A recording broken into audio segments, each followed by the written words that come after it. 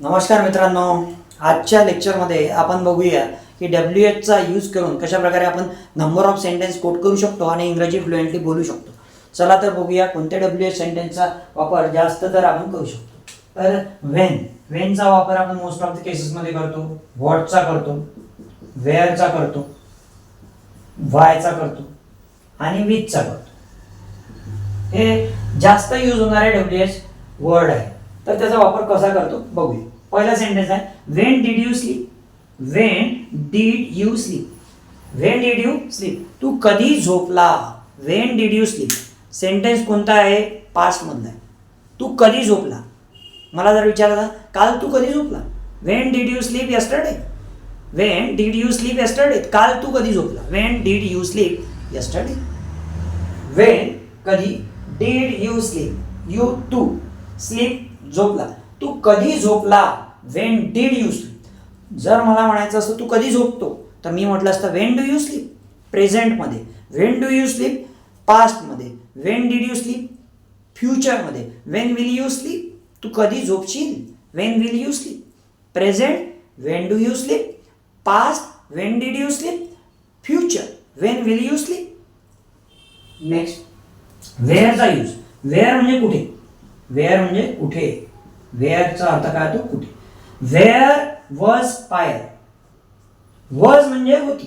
Was होती. Wear was Payal. Payal कुठे होती. जेव्हा तिचे पॅरेंट्स आले तेव्हा पायल कुठे होती.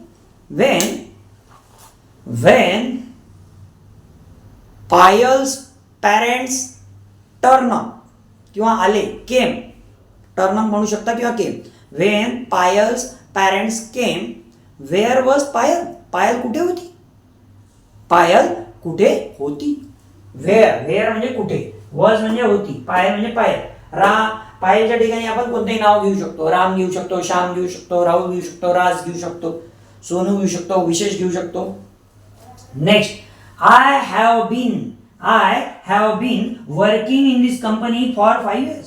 मी या कंपनीमध्ये किती वर्षापासून काम करतोय. 5 वर्षापासून.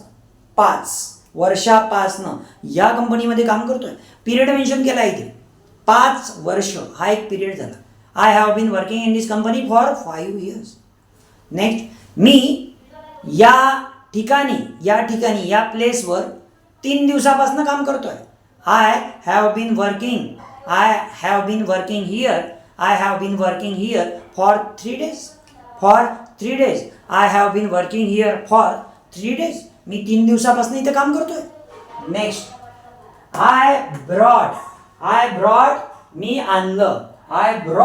मी आणलं हा झाला पास्ट टेन्स. मी आणलं काहीही असू शकते. I brought vegetable. I brought new clothes. I brought laptop. I brought new mobile. आणला. आय ब्रिंग मी आणतो. ब्रॉटचा अर्थ होतो आणला पास्ट. आय ब्रिंग मी आणतो. मी आणतो हा झाला प्रेझेंट. मी आणतो. I bring. मी आणला. I brought. मी जातो. आय गो. मी गेलो. I went. मी पोहतो. I swim. मी पोहलो. I swam. मी लिहितो. I write. मी पत्र लिहितो. I write a letter. मी पत्र लिहिलं. I wrote a letter. मी इंग्रजी शिकतो. I learn English. मी इंग्रजी शिकलो. I learn English. मी इंग्रजी शिकणार फ्युचरमध्ये. I will learn English. Present, future आणि पास्ट याचा जास्तीत जास्त इंग्रजीमध्ये वापर होत असतो. सिम्पल प्रेझेंट, सिम्पल पास्ट आणि सिम्पल फ्युचर यावर तुमची कमांड असायला पाहिजे. Next he have gone to Mumbai. तो मुंबई गेलेला आहे. He have. आता हिला हॅव लावायचं की हॅज लावायचं. हिला काय येणार has. He has gone to Mumbai.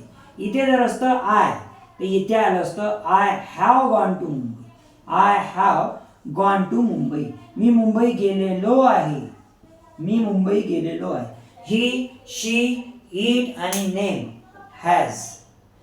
नंतर प्लुरल असेल तर त्यामध्ये येतं हॅव. आपण मुंबई गेलेलो आहे.